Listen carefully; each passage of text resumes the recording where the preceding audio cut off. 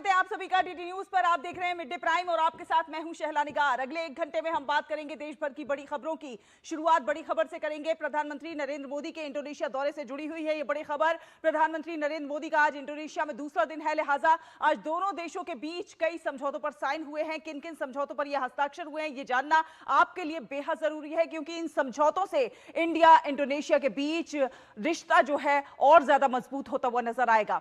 अर्थव्यवस्था को रफ्तार मिलती हुई नजर आएगी, लिहाजा इस खबर पर विस्तार से हम बात करेंगे। जबकि अगली जो बड़ी खबर होगी वो होगी अयोध्या से। चढ़ावा चोरी के मामले में पुलिस का एक्शन लगातार जारी है। 3 आरोपियों की कस्टडी मांगी गई है, यह भी आपको विस्तार से बताएंगे। मिड डे प्राइम की अगली बड़ी खबर जुड़ी हुई है पंजाब से। एक बार फिर कांग्रेस में क्लेश जो है वो बढ़ता जा रहा है। जब जब चुनाव की हवा चलने लगती है तब तब कांग्रेस में किचकिच मचने लगती है। पंजाब में चन्नी गुट नाराज हो चुका है तो हाईकमान टेंशन में आ गया है। इस खबर पर विस्तार से बात करेंगे, अपने संवाददाता से भी जानेंगे। और आज की जो अगली बड़ी खबर होगी वो होगी मॉनसून से जुड़ी हुई। महाराष्ट्र में मुसीबत वाले मॉनसून ने जनता को परेशान कर दिया, जबकि उत्तर भारत जो है वो बारिश का यहां पर नाम नहीं दिखाई पड़ रहा है। हालांकि कहीं कहीं बारिश हुई है, मगर दिल्ली एनसीआर में इसका अभी इंतजार है। जनता उमस वाली गर्मी से बेहद परेशान है। क्या राहत की बौछार आसमान से गिरती हुई नजर आएगी? मौसम विभाग का क्या कुछ कहना है यह भी जानने की होगी कोशिश। तो हर खबर पर विस्तार से होगी बात, लेकिन आइए सबसे पहले नजर हेडलाइंस पर। इंडोनेशिया के आधिकारिक दौरे पर प्रधानमंत्री नरेंद्र मोदी। इंडोनेशिया को ब्रह्मोस मिसाइलों की आपूर्ति सुनिश्चित करेगा भारत। ब्लू इकोनॉमी, नौवहन और समुद्री सुरक्षा में दोनों देश आपस में सहयोग को करेंगे और मजबूत।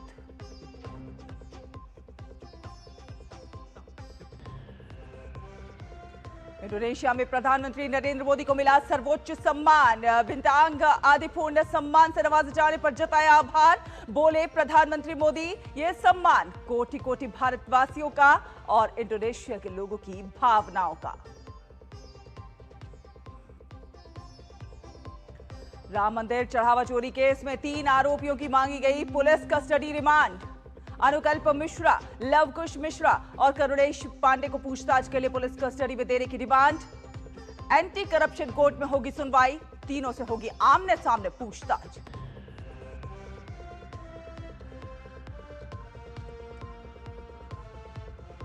पंजाब कांग्रेस में थमने का नाम नहीं ले रहा क्लेश। गुटबाजी से परेशान हाईकमान ने प्रदेश प्रभारी भूपेश बघेल को भेजा चंडीगढ़। चन्नी गुट ने बनाई दूरी। विधानसभा चुनाव से पहले भीतरघाट का कांग्रेस को सताने लगा डर।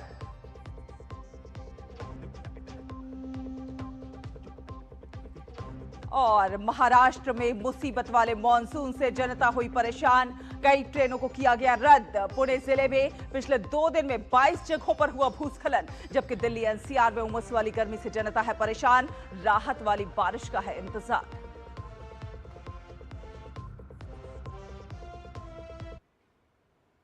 भारत इंडोनेशिया संबंध, नई ऊर्जा नई उड़ान। जी हां, प्रधानमंत्री नरेंद्र मोदी ने जकार्ता में इंडोनेशिया के राष्ट्रपति प्रबोवो सुबियांतो के साथ प्रतिनिधिमंडल स्तर की वार्ता की और दोनों देशों के बीच समग्र रणनीतिक साझेदारी को व्यापक बनाने को लेकर कई एक अहम समझौते हुए हैं। भारत इंडोनेशिया को ब्रह्मोस मिसाइलों की आपूर्ति सुनिश्चित करेगा। ब्लू इकोनॉमी, नौवहन और समुद्री सुरक्षा में भी दोनों देश आपस में सहयोग को और प्रगाढ़ करते हुए नजर आएंगे। और इसके अलावा आपको बता दें कि खनिज और इस्पात आपूर्ति श्रृंखला प्रौद्योगिकी को लेकर भी समझौता हुआ है।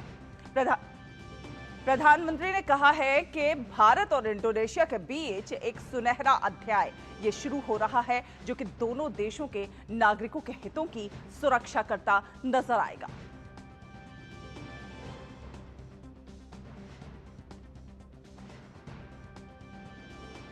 2018 में बनी हमारी कॉम्प्रिहेंसिव स्ट्रेटेजिक पार्टनरशिप आज एक नई उड़ान ले रही है। हम डेवलपमेंट, सिक्योरिटी, टेक्नोलॉजी, कल्चर और एजुकेशन हर क्षेत्र में महत्वपूर्ण कदम बढ़ा रहे हैं। मुझे विश्वास है आज से भारत इंडोनेशिया साझेदारी का एक सुनहरा अध्याय शुरू होगा। हमारे देशों के बीच बढ़ता विश्वास हमारी रक्षा, सुरक्षा और मैरीटाइम सहयोग को मजबूत कर रहा है। आज हमने डिफेंस एक्सचेंज, डिजास्टर मैनेजमेंट और इंडस्ट्रियल सहयोग बढ़ाने पर सहमति बनाई। दुर्लभ खनिज संपदा, इंडोनेशिया में चुनाव प्रक्रिया के लिए भारतीय चुनाव आयोग का सहयोग और संस्कृति और शिक्षा में भी सहयोग बढ़ेगा। तो वहीं प्रधानमंत्री नरेंद्र मोदी ने कहा है कि हिंद प्रशांत क्षेत्र में सुरक्षा, डायलॉग और डिप्लोमेसी से समाधान और फिलिस्तीन का शांतिपूर्ण स्थायी समाधान चाहते हैं। वैश्विक मुद्दों पर भी भारत और इंडोनेशिया का सहयोग निरंतर बढ़ रहा है। इंडो पैसिफिक के प्रति हमारे आउटलुक में भी सिनर्जी है। भारत ने हमेशा आसियान सेंट्रलिटी को विशेष महत्व दिया है। वैश्विक उथल-पुथल के इस दौर में भारत का मानना है कि डायलॉग और डिप्लोमेसी की भूमिका पहले से कहीं अधिक महत्वपूर्ण हो गई है। पैलेस्टाइन के विषय पर हम 2 स्टेट सॉल्यूशन और लॉन्ग टर्म पीस का समर्थन करते हैं। वहीं प्रधानमंत्री नरेंद्र मोदी ने यह घोषणा की है कि आईआईएम बेंगलुरु इंडोनेशिया में अपना कैंपस खोलेगा और प्रधानमंत्री ने यह ऐलान इंडोनेशिया के राष्ट्रपति के साथ जकार्ता में द्विपक्षीय बैठक के बाद किया। साझा वक्तव्य में प्रधानमंत्री ने कहा कि ये कैंपस पूरे आसियान क्षेत्र के युवाओं के लिए बहुत लाभदायक होगा। प्रस्तावित कैंपस इंडोनेशिया के मलंग स्थित सिंघासारी विशेष आर्थिक क्षेत्र में स्थापित किया जाएगा। इंडोनेशिया में प्रस्तावित कैंपस आईआईएमबी का पहला अंतर्राष्ट्रीय कैंपस होगा और इस कैंपस का पाठ्यक्रम भविष्य के लीडर्स को तैयार करने के लिए बनाया जाएगा।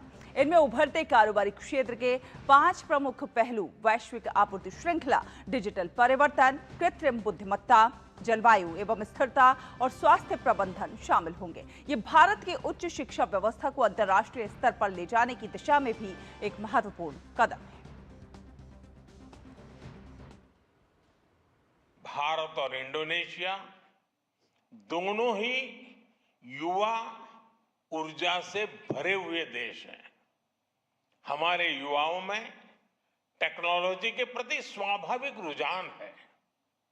हमने अपने युवाओं के बीच AI, telecom, digital public infrastructure जैसे क्षेत्रों में टेक्नोलॉजी सहयोग बढ़ाने के लिए आज एक अहम एग्रीमेंट किया है।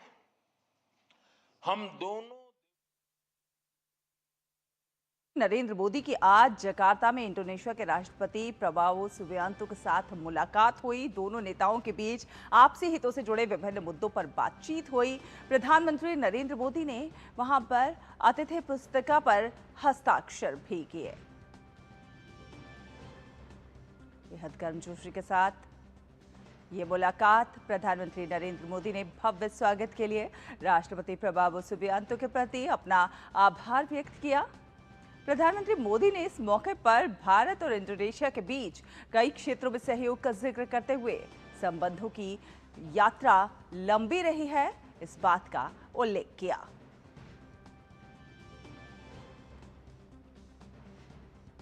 प्रधानमंत्री नरेंद्र मोदी का आज जकार्ता में बेहद भव्य स्वागत देखने को मिला।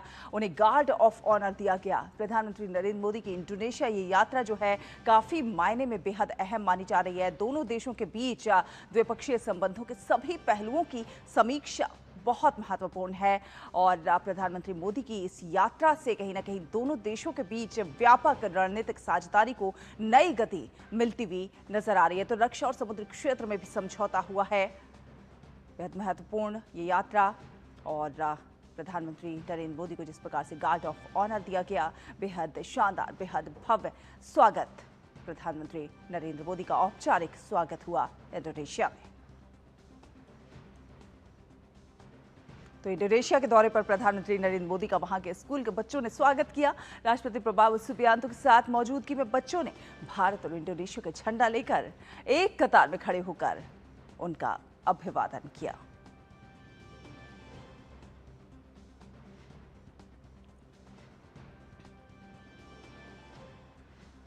तो स्कूली बच्चों ने किस प्रकार से प्रधानमंत्री नरेंद्र मोदी का स्वागत किया। उनके हाथों में इंडोनेशिया का भारत झंडे मौजूद थे और हाथ हिलाकर अभिवादन स्वीकार करते हुए प्रधानमंत्री नरेंद्र मोदी और राष्ट्रपति प्रभावो सुबियांतो।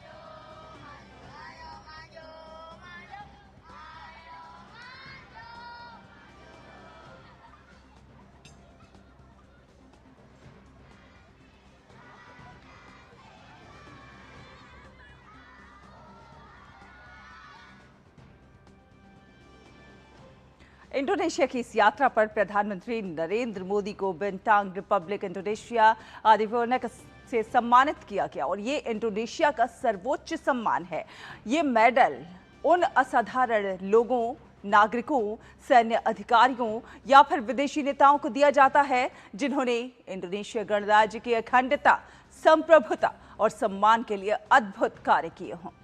प्रधानमंत्री नरेंद्र मोदी सर्वोच्च सम्मान दिए जाने पर उन्होंने आभार व्यक्त किया और कहा कि ये सम्मान कोटि कोटि भारतवासियों का सम्मान है, इंडोनेशिया के लोगों की भावनाओं का सम्मान है, भारत और इंडोनेशिया के ऐतिहासिक और आत्मीय संबंधों का सम्मान है।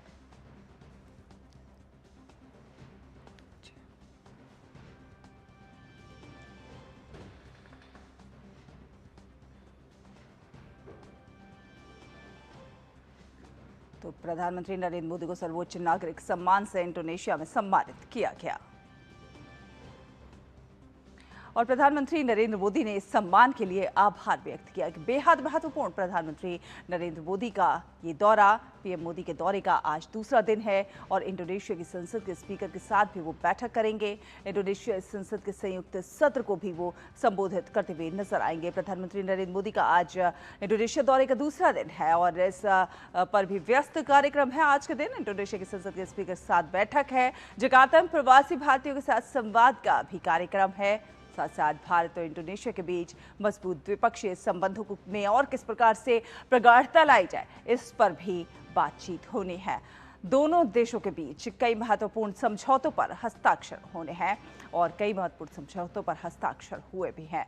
तो दोनों देशों के बीच किस प्रकार से संबंधों को नए आयाम दिए जाए, इस पर बातचीत और साथ ही साथ कई महत्वपूर्ण समझौतों पर हस्ताक्षर हुए हैं और कई अहम समझौतों पर हस्ताक्षर होने भी है। समुद्री सुरक्षा सहयोग समझौते का विस्तार होता हुआ इसमें नजर आएगा। अन्वेषण और उपयोग में सहयोग नजर आएगा। साथ साथ समुद्री सुरक्षा सहयोग समझौते का विस्तार नजर आएगा। आपदा प्रबंधन के क्षेत्र में दोनों देशों के बीच समझौता हुआ है। आपदा प्रबंधन के क्षेत्र में किस प्रकार से और बेहतर किया जा सकता है, इस पर समझौता हुआ है। कृषि के क्षेत्र में भारत इंडोनेशिया के बीच समझौता हुआ है।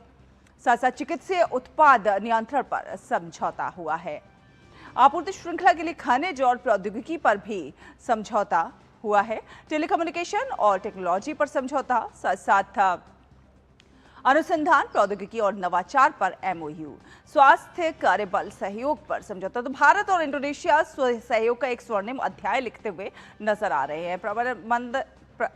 प्रम्बानन मंदिर परिसर के संरक्षण और जीर्णोद्धार पर भी समझौता।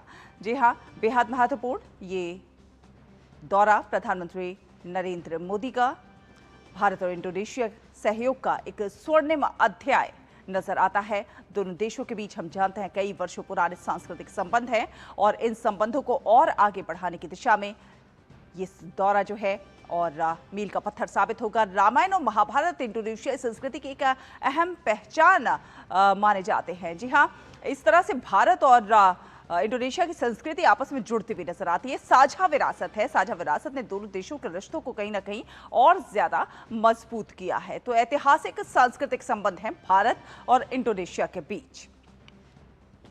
इंडोनेशिया में 2 भारतीय सांस्कृतिक केंद्र हैं और किस प्रकार से भारत की संस्कृति इंडोनेशिया में नजर आती है। जकार्ता में जवाहरलाल नेहरू भारतीय सांस्कृतिक केंद्र है, तो बाली में स्वामी विवेकानंद सांस्कृतिक केंद्र है। रामायण और महाभारत का पाठ भी वहां पर होता हुआ नजर आता है। दोनों देशों के बीच कई वर्षों पुराने सांस्कृतिक संबंध हैं और धीरे धीरे ये संबंध और प्रगाढ़ता की ओर आगे बढ़ रहे हैं। हम जानते हैं कि रामायण और महाभारत इंडोनेशियाई संस्कृति की एक अहम पहचान भी है, साझा विरासत है। दोनों देशों की और साझा विरासत ने दोनों देशों के बीच जो जुड़ाव है उसको और ज्यादा मजबूत करने में अहम भूमिका निभाई है। इंडोनेशिया में हम जानते हैं 2 भारतीय सांस्कृतिक केंद्र हैं। जकार्ता में जवाहरलाल नेहरू भारतीय सांस्कृतिक केंद्र जो है वो अपनी अहम भूमिका निभाता हुआ नजर आ रहा है, इस संस्कृति को और आगे बढ़ाता हुआ नजर आ रहा है। तो बाली में स्वामी विवेकानंद सांस्कृतिक केंद्र भारतीय संस्कृति के और विस्तार पर काम करता हुआ नजर आता है।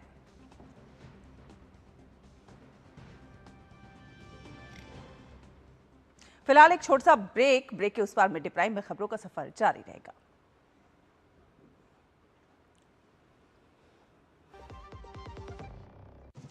ओ हरी भैया, अरे वाह, खेतों में कौन सी फसल लगाए हो? 12 महीने कमा कर दे ऐसी फसल। क्या? मैंने नया व्यवसाय शुरू किया है। उसके लिए पैसे? इसमें किसी निवेश की जरूरत ही नहीं। अच्छा, मुखिया जी। अरे मुखिया जी, नमस्ते। अरे हरी, कब आ रहे हो? आप बस चलिए, मैं पहुंचता हूं। अब मैं LIC एजेंट हूं। LIC एजेंट बनो, अब बड़ा सोचो। हमारी वेबसाइट पर जाएं या अपनी नजदीकी LIC शाखा से संपर्क करें। पर्यटन केवल घूमने फिरने तक सीमित नहीं, बल्कि संस्कृति, रोजगार और आर्थिक विकास का मजबूत आधार है। प्रधानमंत्री श्री नरेंद्र मोदी की मंशा अनुरूप और मुख्यमंत्री डॉक्टर मोहन यादव के नेतृत्व में मध्य प्रदेश का पर्यटन अब अंतर्राष्ट्रीय स्तर पर नई पहचान बना रहा है। वसुधैव कुटुम्बकम की भावना के साथ मध्य प्रदेश देश विदेश से आने वाले हर पर्यटक का आत्मीय स्वागत कर रहा है। मध्य प्रदेश आके हमें प्रकृति, संस्कृति और आध्यात्मिकता का अनुभव हुआ। यहाँ की साफ सफाई, व्यवस्थाएं और लोगों का अपनापन हमारी यात्रा को यादगार बना गया। मध्य प्रदेश सरकार का बहुत बहुत धन्यवाद। ग्रामीण पर्यटन, वेलनेस और इको टूरिज्म जैसे नए क्षेत्रों पर विशेष फोकस के साथ मध्य प्रदेश सतत विकास और बेहतर पर्यटन अनुभव की दिशा में तेजी से आगे बढ़ रहा है। धार्मिक पर्यटन की दृष्टि से और अन्य पर्यटकों की दृष्टि से अगर कोई पर्यटक आए किसी राज्य में, हाँ हमें गर्व है, मध्य प्रदेश वो स्थान है जहाँ सर्वाधिक रूप से टूरिज्म का सेक्टर सबसे अच्छी गति से बढ़ा।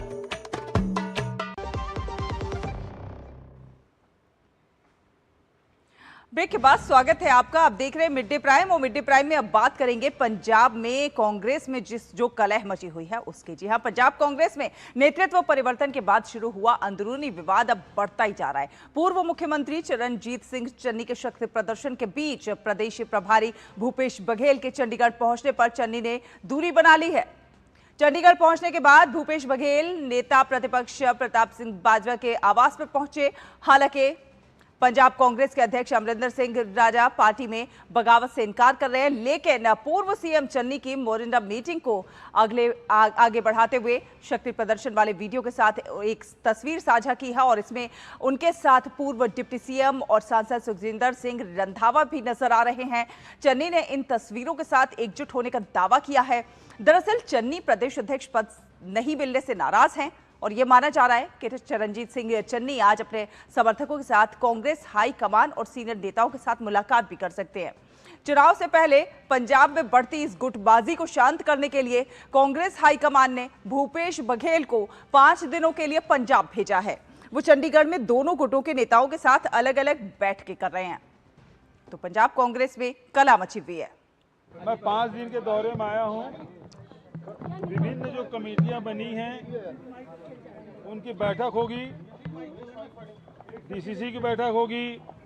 अभी युवा कांग्रेस के नए चुनाव हुए हैं, उनके साथ भी मीटिंग हुई, उनका स्वागत भी करेंगे। तो अब तो ये कमेटियों की मीटिंग के माध्यम से चुनाव की तैयारी में हम लोग लगेंगे। तो पंजाब कांग्रेस में जारी इस अंदरूनी कलह को लेकर भाजपा नेता शहजाद पूनावाला ने कांग्रेस पर निशाना साधा है। कहा है कि कांग्रेस पंजाब में जो अंदरूनी कलह है वो हर रोज एक नया स्वरूप लेकर सामने नजर आ रही है। राहुल गांधी का नेतृत्व इतना ज्यादा कमजोर है कि हर जगह कांग्रेस टुकड़ों में है। कांग्रेस में जो अंदरूनी कलेश है पंजाब में, वो हर रोज एक नया स्वरूप लेकर बाहर आ रही है। अब हमने देखा कि एक तस्वीर भी साझा की गई है जिसमें सभी कांग्रेस के वरिष्ठ नेता है और राजा वड़िंग नहीं है। मतलब कि पहले तिवारी वर्सेस पंजाब कांग्रेस, फिर चन्नी वर्सेस पंजाब कांग्रेस, फिर रंधावा वर्सेस पंजाब कांग्रेस, और अब तो सभी लोग एक साथ आकर राजा वड़िंग को हटाना चाहते हैं। कांग्रेस में दरअसल नेता, नीति, नेतृत्व, मिशन विशन कुछ नहीं है, केवल डिवीजन है, कंफ्यूजन है। राहुल गांधी का नेतृत्व इतना कमजोर है कि हर जगह कांग्रेस टुकड़ों में है। तो लोग इस पर अब चुटकियां भी लेते हुए नजर आ रहे हैं। संवाददाता गुरमीत सिंह हमारे साथ जुड़ रहे हैं ज्यादा जानकारी के साथ। गुरमीत, पंजाब कांग्रेस में संगठनात्मक नियुक्तियों को लेकर शुरू हुआ ये विवाद फिलहाल थमता हुआ नजर नहीं आ रहा है, बवाल और भी ज्यादा बढ़ गया है। कहा जा रहा है कि चरणजीत चन्नी गुट जो है बैठकों से कन्नी काटेगा। बिल्कुल, ये 5 दिनों का दौरा है शैला भूपेश बघेल का, और 5 दिनों के दौरे में ये माना जा रहा था कि सबसे पहले दिन जिस दिन भूपेश बघेल पहुंचेंगे चंडीगढ़ पंजाब के नेताओं के साथ मुलाकात करने के लिए, उस दिन चरणजीत सिंह चन्नी सबसे आगे रहेंगे राजा वड़िंग के साथ, मगर चरणजीत सिंह चन्नी वहां भी नजर नहीं आए। अभी जो लेटेस्ट जानकारी हमारे पास आ रही है उसके मुताबिक चरणजीत सिंह चन्नी को मनाने की कवायद कांग्रेस में बहुत ज्यादा जोर शोर से चल रही है, और उसके लिए भूपेश बघेल ने फोन से बात भी की चरणजीत सिंह चन्नी से, और जो सूत्रों के हवाले से छन छन कर खबरें हमारे पास आ रही हैं उसके मुताबिक चरणजीत सिंह चन्नी और उनके खेमे ने कहा है कि वो राहुल गांधी जो कि कांग्रेस हाईकमान है और केसी वेणुगोपाल के साथ जो है मुलाकात कर सकते हैं। अब ऐसे में फिलहाल भूपेश बघेल का यहां पर आना, और बार बार जब मीडिया उनसे सवाल कर रहा है तो वो बार बार यही जवाब दे रहे हैं कि हम अपने सभी नेताओं के साथ मुलाकात कर रहे हैं, और जो भी नेता मुझे बुला रहा है मैं घर पर मिलने के लिए जा रहा हूं। मगर जो सबसे लेटेस्ट जानकारी है वो ये है कि पंजाब सरकार में मंत्री, जो कांग्रेस की सरकार थी उसमें मंत्री रह चुके हैं राजकुमार वेरका से भूपेश बघेल ने आज सुबह ही मुलाकात करी है, और राजकुमार वेरका ने चरणजीत सिंह चन्नी को जाकर कांग्रेस का हाईकमान का मैसेज सुनाया है और उनसे किसी तरह उन्हें मनाने की, परसुएड करने की कोशिश की है। हालांकि अभी तक चन्नी खेमा क्या रुख अख्तियार करता है, अगला रुख क्या अख्तियार करता है, देखने वाली बात होगी। दरअसल ये सारा मामला जैसे आप बता चुके हैं कि 1 तारीख को शुरू हुआ था जब नई नियुक्तियां कांग्रेस में हुई थी। समय दिया है, क्योंकि अभी तक जो खबरें आ रही थी उसमें यह कहा जा रहा था कि मिलने का अभी तक कोई समय नहीं मिला है।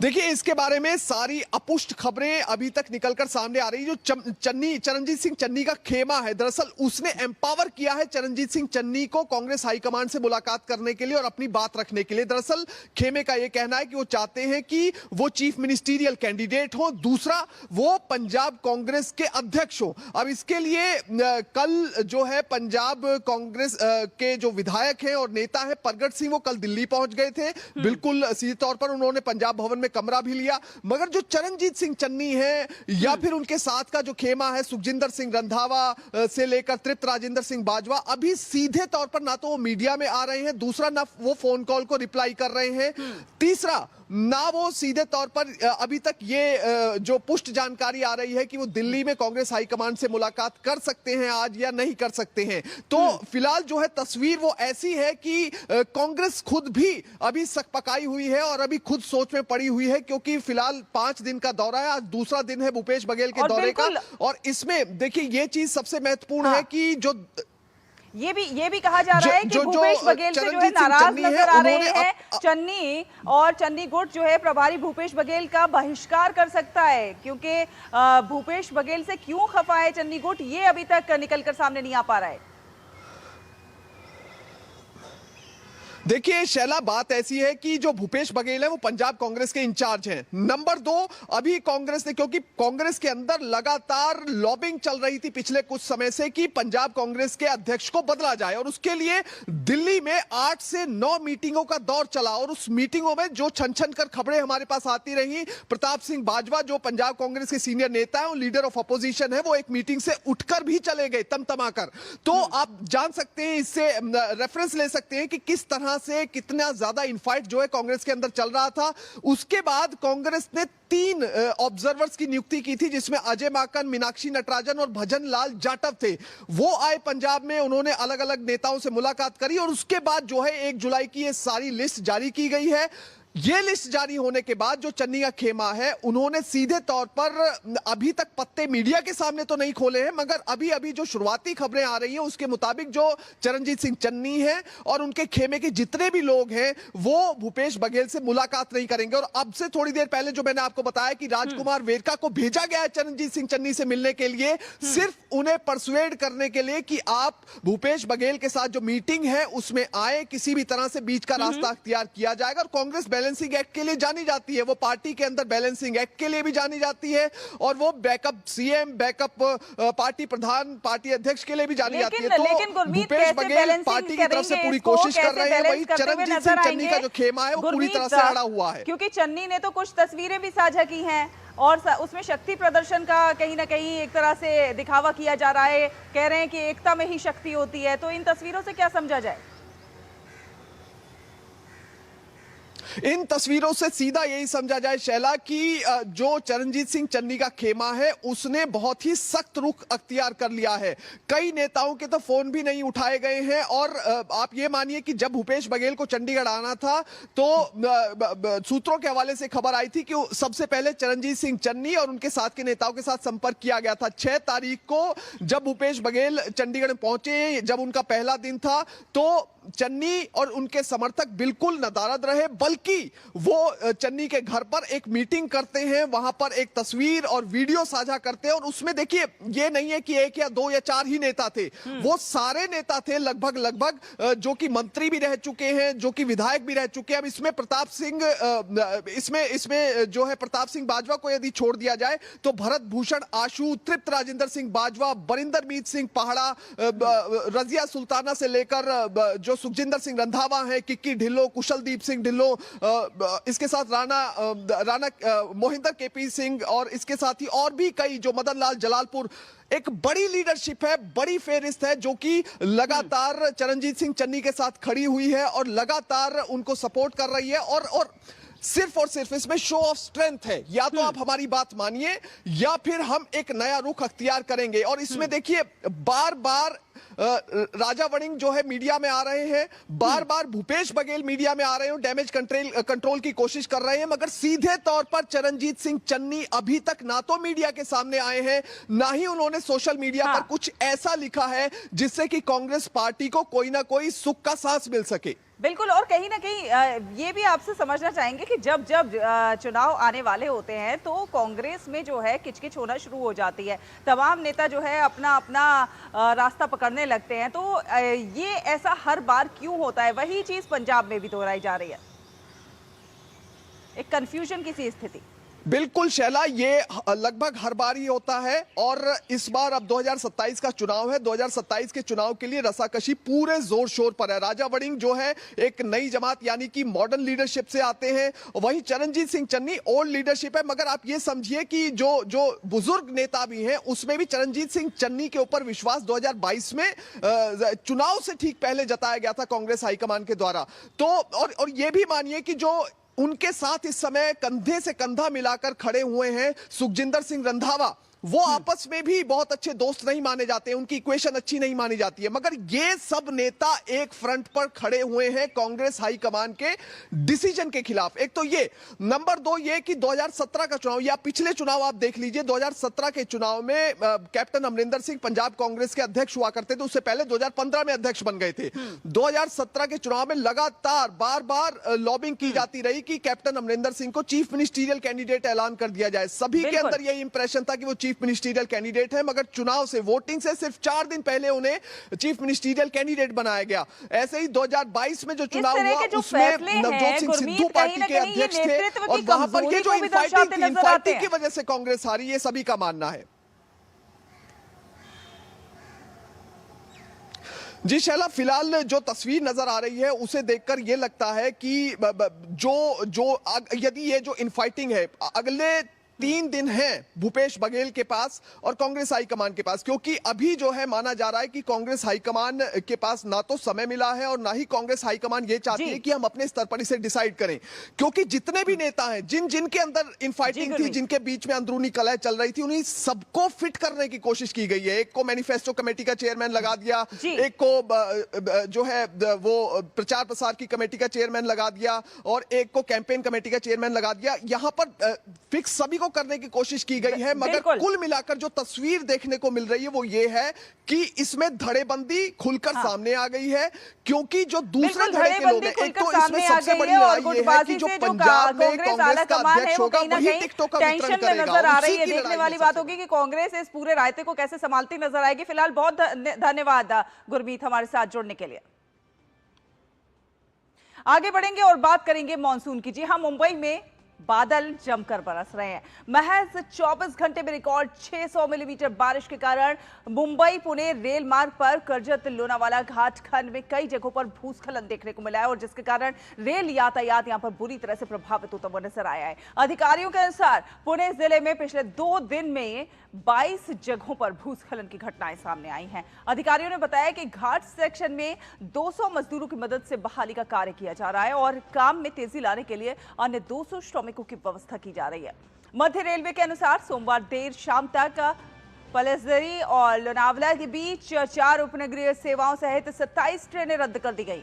57 के मार्ग बदल दिए गए। 19 को गंतव्य से पहले समाप्त कर दिया गया। 15 को परिवर्तित स्टेशनों से चलाया गया और 4 के समय में बदलाव किया गया।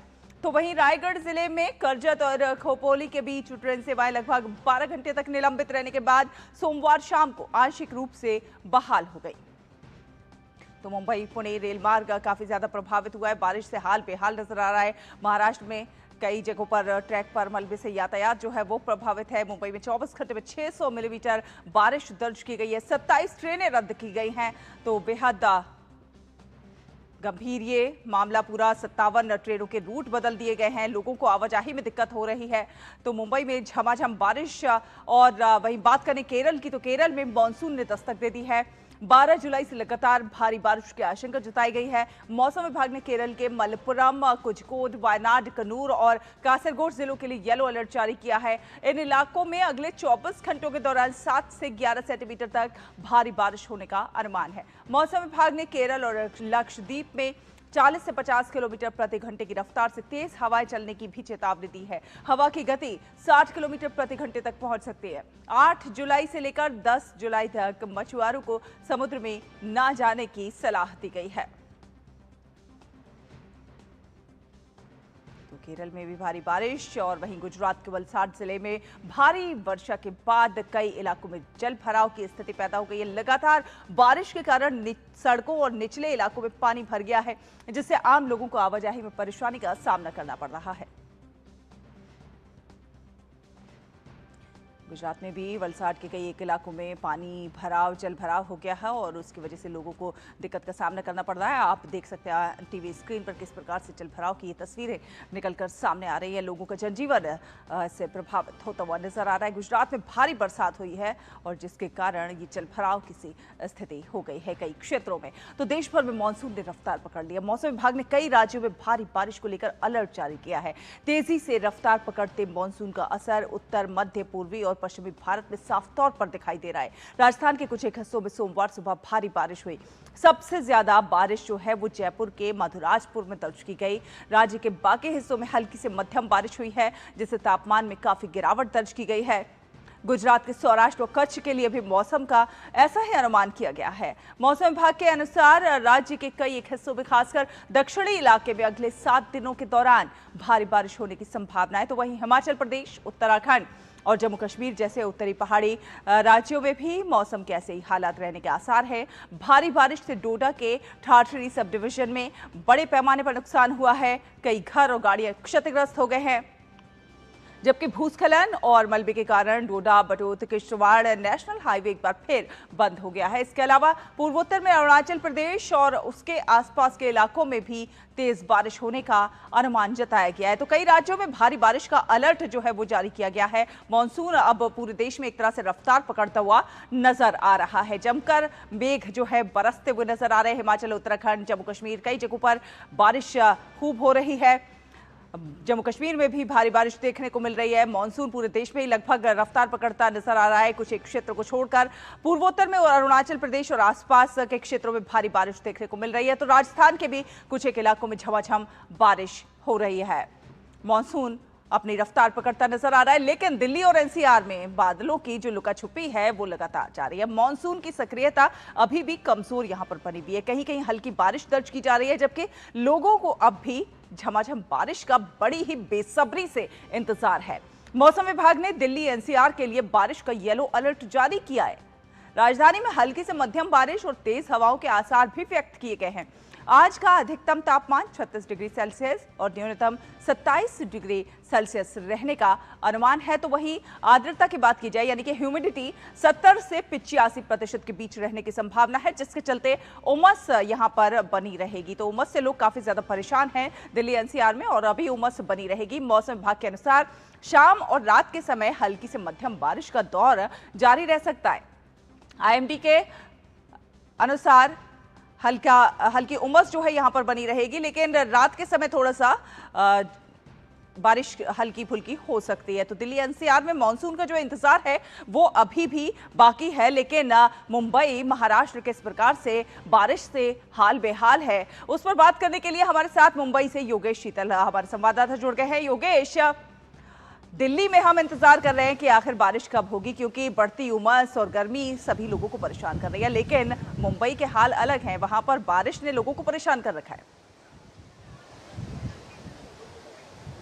देखिए, जो साउथ वेस्ट मानसून है वो जो 6 दिन हुए हैं, 6 दिन में 60% जो है पूरे जो मानसून में बारिश होती है आमतौर पर जो हर साल होती है, अगर आप उसका औसत देखें तो उसका 60% इन 6 दिनों में हो चुका है। तो आप समझ सकते हैं कि कितने बड़े पैमाने पे महाराष्ट्र के जो अलग अलग जिले हैं, खास करके मुंबई से सटा हुआ पालघर है, या फिर आप ठाणे देख लीजिए, थोड़ा आगे अगर आप सतारा की तरफ अगर जाएँ, पुणे सतारा जो वेस्टर्न घाट है, बेसिकली जबरदस्त बारिश हुई है। आज के लिए रेड अलर्ट है पालघर और सतारा और साथ में रायगढ़, ये पालघर और रायगढ़ के लिए रेड अलर्ट है। इसके अलावा जो घाट सेक्शन है बेसिकली, जैसे कि नासिक का घाट है, पुणे का घाट, जहां पे भोर पे कल जो है भोर डैम के पास वहां पे लैंडस्लाइड हुआ था, जिसके बाद जो ट्रैफिक था वो अवरुद्ध हुआ था। 14 रेलगाड़ियां हैं जो कि मुंबई से पुणे जो कि कनेक्ट होती थी, उस रूट से आगे जाती थी, उनको रद्द कर दिया गया है। आज के लिए भी वो रद्द है। जैसे इंद्रायणी एक्सप्रेस है, बड़ी ट्रेन मानी जाती है इस रूट की, इंद्रायणी होगी, डेक्कन एक्सप्रेस है, डेक्कन क्वीन है, इंटरसिटी है, ये सारी ट्रेनें जो है वो रद्द कर दी गई हैं। इसके अलावा कई सारी ट्रेनें हैं जिनको डाइवर्ट भी किया गया है। सेंट्रल रेलवे की अगर साइट पर जाए तो आपको उसकी डिटेल मिल जाएगी।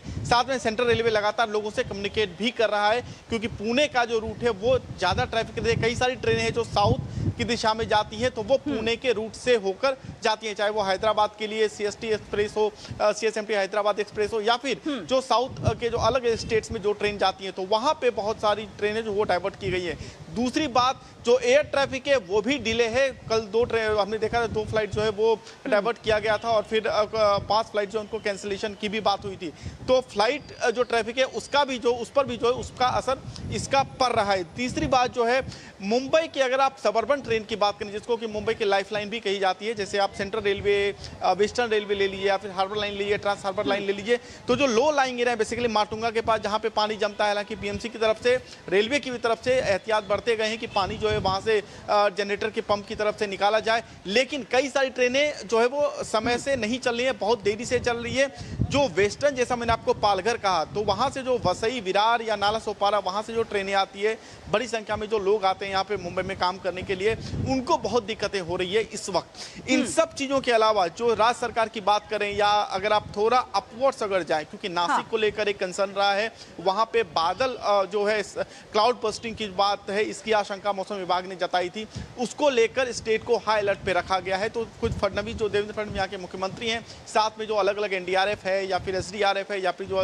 एजेंसीज होती हैं, उनको स्टैंड बाय पे रखा गया है। अब यहाँ से फिर धीरे-धीरे करके बारिश हुई है। हमारे दर्शकों को ये भी रिक्वेस्ट करूंगा क्या ये भी बताइए कि कौन कौन से क्षेत्रों में भूस्खलन हुआ है, कौन कौन से क्षेत्रों में जल जमाव है, और उसको ठीक करने के लिए क्या कुछ कदम उठाए जा रहे हैं। देखिए मोनी, बेसिकली जो पुणे का जो एरिया है, पुणे में मावल करके एरिया है, वहाँ पे भूस्खलन हुआ था। इसके अलावा जो मिसिंग लिंक है, जहाँ पे पुणे से लोनावाला कनेक्ट होता है, वहाँ पे मिसिंग लिंक 1 मई को उसका इनॉग्रेशन जो है वो किया गया था, वहाँ पे भूस्खलन की जो है वो खबर है।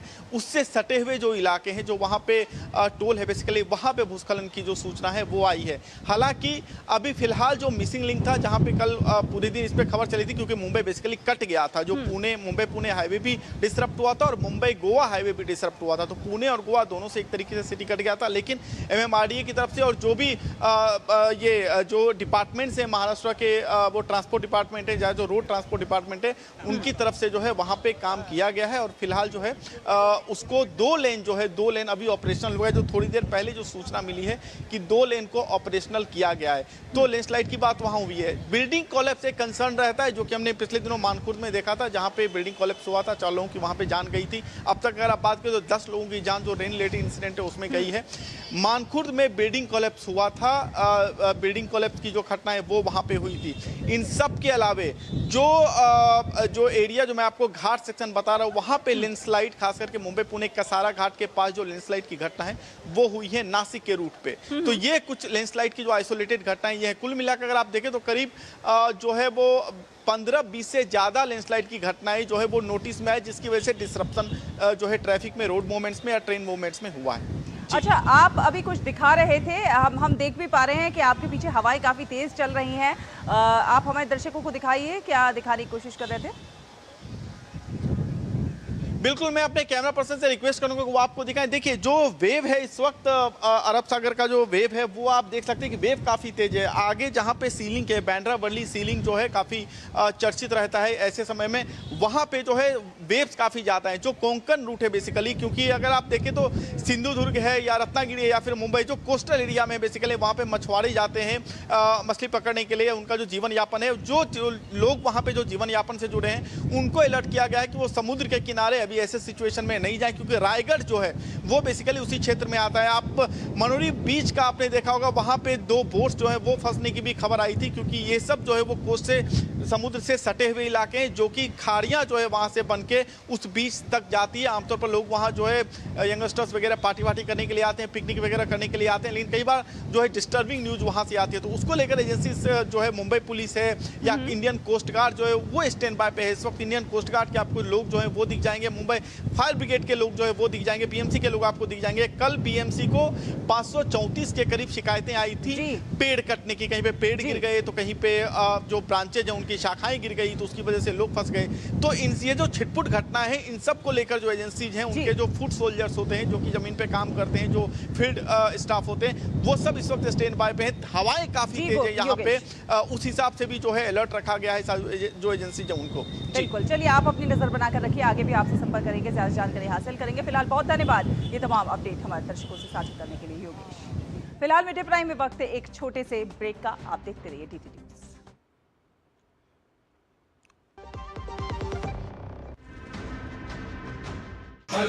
तैयार है, बिल्कुल तैयार है,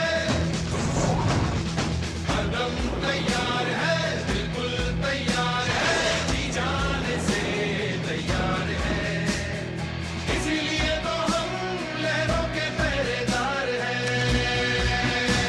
जय भारती, जय भारती, हम है नौसेना, हम है भारत के सारथी। जय भारती, जय भारती, हम है नौसेना, हम है भारत के सारथी, सारथी, सारथी। आज का मेरा प्रोजेक्ट है मेरा गांव, तो चलिए मैं अपना गांव दिखाती हूँ। जीवन चाचा के लिए उनका पोनी बैंक है, ये है मोनू भैया, इनके लिए इनका पोनी मंडी है। बबनी बुआ के लिए उनका पोनी आस्था है। हमारे सरपंच जी के लिए उनका पोनी ऑफिस है। हमारे गांव के बच्चे जच्चे के लिए पोनी उनका हेल्थ रिपोर्ट है। कैसा लगा हमारा डिजिटल भारत, कमेंट में जरूर बताना दोस्तों। आज देश में डिजिटाइजेशन का दायरा गांव-गांव तक पहुंच चुका है।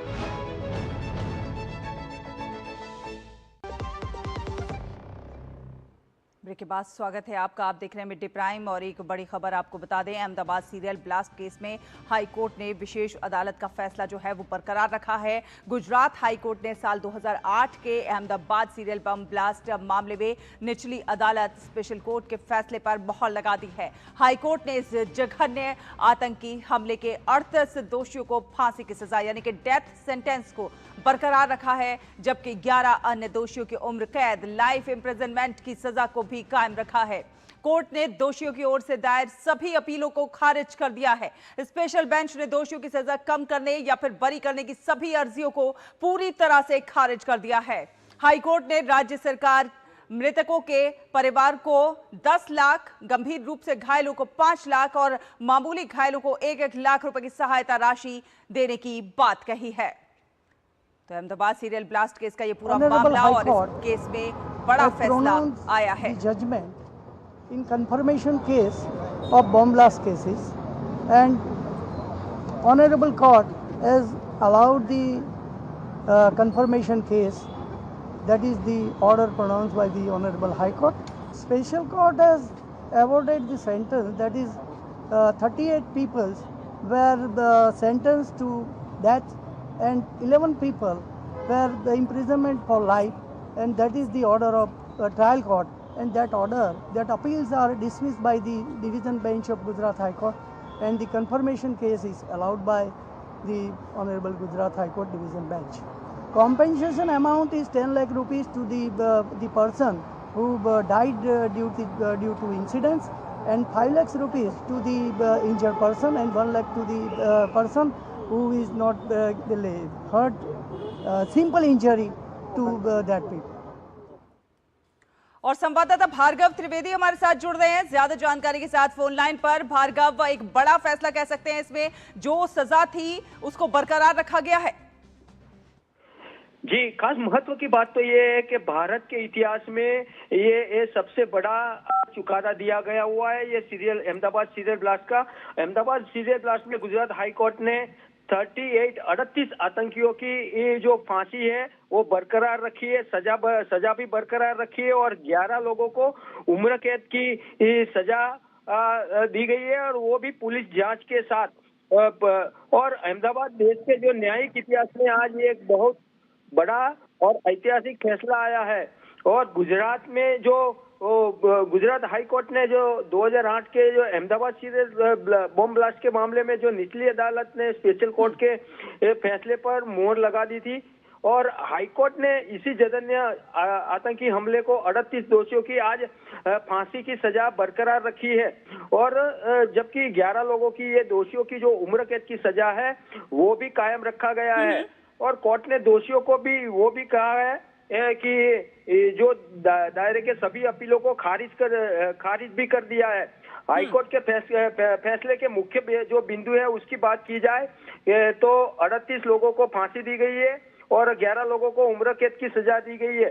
देश के इतिहास में यह पहला ऐसा मामला है कि यहाँ जहां एक साथ इतने बड़े पैमाने पर 38 दोषियों की मौत की सजा बरकरार रखी गई है, और हाईकोर्ट ने ये कंफर्म भी किया है और हाईकोर्ट ने मंजूरी दी है, और जो अपील है वो खारिज कर दी है।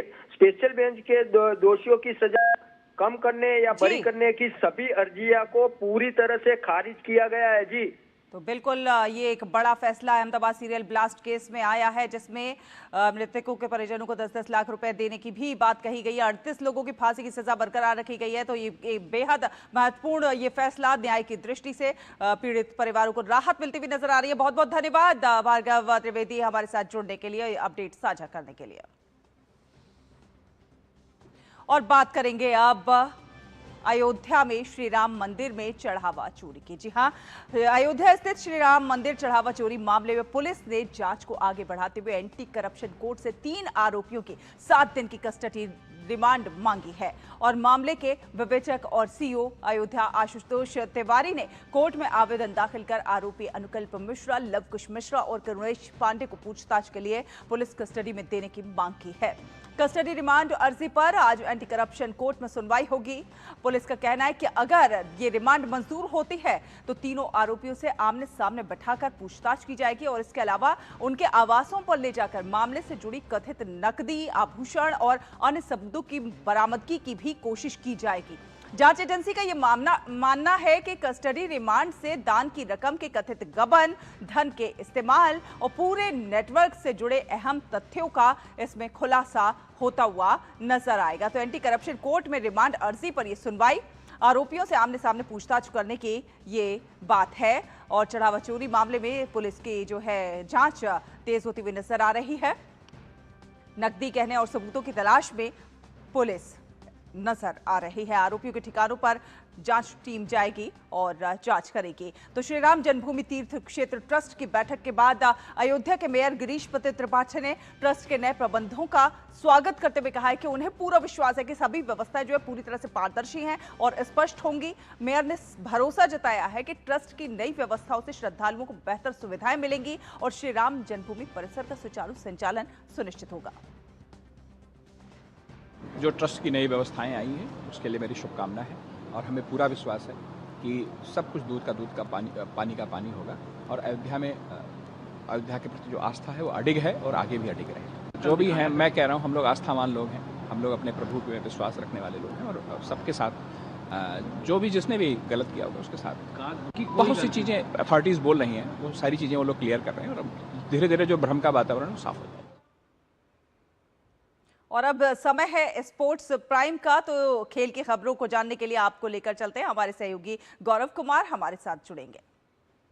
गौरव, ओवर टू यू। शुक्रिया शैला। और इस वक्त आपको भी मालूम है कि इस वक्त खेल जगत में सबसे ज़्यादा चर्चा जो चल रही है वो है फीफा विश्व कप की। जी हाँ, फीफा विश्व कप में आज रात राउंड ऑफ 16 के मुकाबले में डिफेंडिंग चैंपियन अर्जेंटीना का सामना मिस्र से होगा।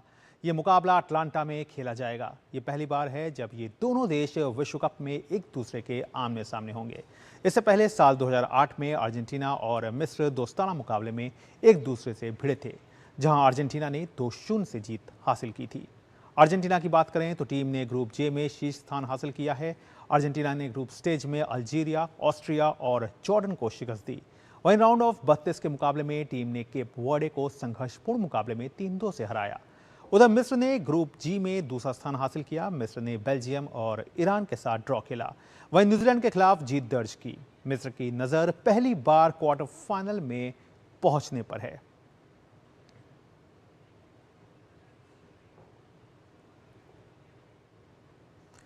तो ये एक तरह से जो जंग है वो मैसी बनाम मोहम्मद सलाह के नाम भी रहने वाली है। वहीं राउंड ऑफ 16 के ही एक अन्य मुकाबले में बुधवार को स्विट्जरलैंड का सामना कोलंबिया से होगा। ये मैच वैंकूवर में खेला जाएगा। इन दोनों टीमों के बीच अब तक कुल 3 बार भिड़ंत हुई है, जिसमें एक विश्व कप का मुकाबला भी रहा है, जहां 2 फ्रेंडली मुकाबले रहे। कोलंबिया ने 2 में जीत दर्ज की। वहीं 1994 में विश्व कप में जो जीत दर्ज थी वो भी शामिल है। वैसे इस विश्व कप में स्विट्जरलैंड ने 9 गोल किए हैं। कोलंबिया ने 5 गोल दर्ज करने में सफलता हासिल की है। कोलंबिया के खिलाफ अब तक सिर्फ 1 गोल आया है, जबकि स्विट्जरलैंड के खिलाफ 3 गोल देखने को मिले हैं। यह मैच दोनों टीमों के लिए काफी अहम रहने वाला है, क्योंकि दोनों सिर्फ अब तक एक बार विश्व कप के क्वार्टर फाइनल में पहुंची हैं। ऐसे में दोनों की नजर दूसरी बार विश्व कप के क्वार्टर फाइनल में जगह बनाने पर रहेगी। तो ये मुकाबला भी काफी रोमांचकारी रहेगा, क्योंकि जिस तरह का सफर देखने को मिला है। वहीं अब स्पेन की जीत की बात कर लेते हैं। रोमांचक जीत के साथ क्वार्टर फाइनल में पहुंची स्पेन इस विश्व कप में अब अपनी अभेद रक्षा पंक्ति के लिए सुर्खियों में है। लगातार 6 मैचों में क्लीन शीट, 609 मिनट तक गोल पोस्ट सुरक्षित और बिना गोल खाए क्वार्टर फाइनल में पहुंची स्पेन ने विश्व कप इतिहास में नया अध्याय लिख दिया है। स्पेन की अभेद दीवार, बिना गोल खाए क्वार्टर फाइनल का सफर, बेहतरीन अटैक, मिडफील्ड में सितारों की भरमार और अब रक्षा पंक्ति भी बन चुकी है स्पेन की सबसे बड़ी ताकत। इसी संतुलन के दम पर स्पेन ने फीफा विश्व कप 2026 के क्वार्टर फाइनल में जगह बना ली है। 18 साल के लामिन जमाल पूरी तरह से फिट होकर लौट चुके हैं, जबकि मिकेल ओयारज़ाबल शानदार फॉर्म में है।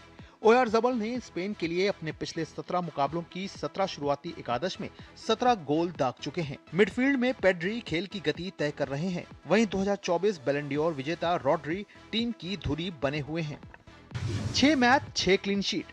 इस विश्व कप में स्पेन की सबसे बड़ी पहचान उसकी मजबूत रक्षा पंक्ति रही है। लुइस डेला फियोंटे की टीम अब तक टूर्नामेंट में एक भी गोल नहीं खाई है और क्वार्टर फाइनल तक पहुंचने वाली एकमात्र ऐसी टीम है जिसका गोल पोस्ट अब भी अभेद बना हुआ है। स्पेन ने लगातार 6 विश्व कप मैचों में क्लीन शीट रखकर नया इतिहास रच दिया। इससे पहले ये रिकॉर्ड इटली और स्विट्जरलैंड के नाम संयुक्त रूप से दर्ज था। स्पेन अब विश्व कप में 10 घंटे 9 मिनट से बिना गोल खाए खेल रही है। स्पेन ने यह लगातार उपलब्धि गोलकीपर उनाय सिमोन की बदौलत हासिल की है। उन्होंने विश्व कप में लगातार 600 मिनट तक गोल न खाकर नया रिकॉर्ड बनाया है। उन्होंने इटली के वॉल्टर जेंगा और स्पेन के दिग्गज इकर कैसियास के रिकॉर्ड को भी पीछे छोड़ दिया है। रक्षा पंक्ति में आयमेरिक लपाटे और युवा डिफेंडर पाओ क्यूबार्सी की जोड़ी बेहतरीन तालमेल के साथ खेल रही है। वहीं पेड्रो पोरो और मार्क कुकरेला फुल बैक की भूमिका में टीम को मजबूती दे रहे हैं। रॉड्री भी अपनी सर्वश्रेष्ठ लय में दिखाई दे रहे हैं और टीम के संतुलन का महत्वपूर्ण हिस्सा बने हुए हैं। 2010 में विश्व कप जीतने के बाद स्पेन का सफर आसान नहीं रहा। 2012 में यूरो खिताब बचाने के बाद टीम को लगातार 2 विश्व कप में ग्रुप चरण से बाहर होना पड़ा, जबकि 2022 में अंतिम 16 में हार का सामना करना पड़ा। लेकिन अब मौजूदा यूरोपीय चैंपियन के रूप में उतरी स्पेनिश टीम फिर से विश्व फुटबॉल के शिखर पर लौटने की मजबूत दावेदार नजर आ रही है और मौजूदा फॉर्म को देखते हुए ये टीम किसी भी प्रतिद्वंदी को चुनौती देने में सक्षम है। Sports desk, DD news. तो निश्चित रूप से शैला, आपने देखा कि किस तरह से स्पेन ने जो है वो अंतिम 16 की बाधा पार कर ली है, लेकिन अब अर्जेंटीना की नजर जो है वो मिस्र के खिलाफ है, जहां पर अंतिम 16 के बीच आज रात इन दोनों टीमों के बीच मुकाबला होगा। बहुत बहुत धन्यवाद गौरव, खेल की खबरों को हमारे दर्शकों तक पहुंचाने के लिए। तो इसी के साथ मिड डे प्राइम में अभी के लिए बस इतना ही। डीडी न्यूज पर खबरों का सिलसिला लगातार जारी रहेगा। आप देखते रहिए डीडी न्यूज। नमस्कार।